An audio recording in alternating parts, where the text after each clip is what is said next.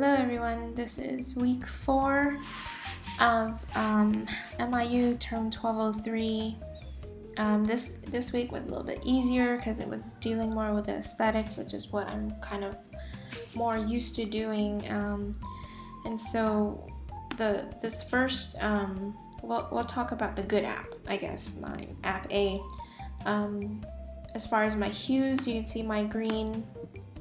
It's really a green and a blue, but I have a few of the blue sprinkled, but majority of this app was dominantly the green. And you can see even when you go into adding a new lesson, it's just at the top, and then the prominent done button is also in that bright green, so you can see kind of what you're doing. If you were to view a lesson, oops, let's see if this one works. There we go. If you were to view a lesson, again, it's the green bar at the top, and then add a new lesson is also there. If you go into the details of that lesson, then you see the green. Also, as far as deep background goes, there is a very light texture, and it does get darker as it gets to the bottom. It's very light, it's not super dark. I did that on purpose because this is more of a softer feel. I didn't want it to be too stark contrasting. Streamlined branding, logo at the top, small, nice white space around it, so it's not hindered, and it's also easy to differentiate just kind of the branding. And I put this green up here to kind of carry on to the next screen, since I wanted kind of the title at the top instead of the logo repeating again, which was the same with Bank of America. They didn't keep the logo on every page. It was just the first one, and then after that it was the red bar at the top that matched their Bank of America red.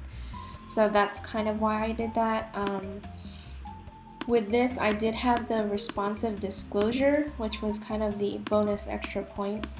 So if we were to choose a focus book in the Bible, we can choose Old Testament or New Testament, and based on your choice, that would populate this next question. And these are all Old Testament books. If I go back and change Old Testament to New Testament, you saw that changed to New Testament, and now these are New Testament books. So that's a little responsive disclosure for this, and I stuck it in my app A because it is something that worked better with my app. Now going into app B, which is kind of what didn't really work. You know, the coloring, this kind of dark background doesn't really work with my app, I don't think.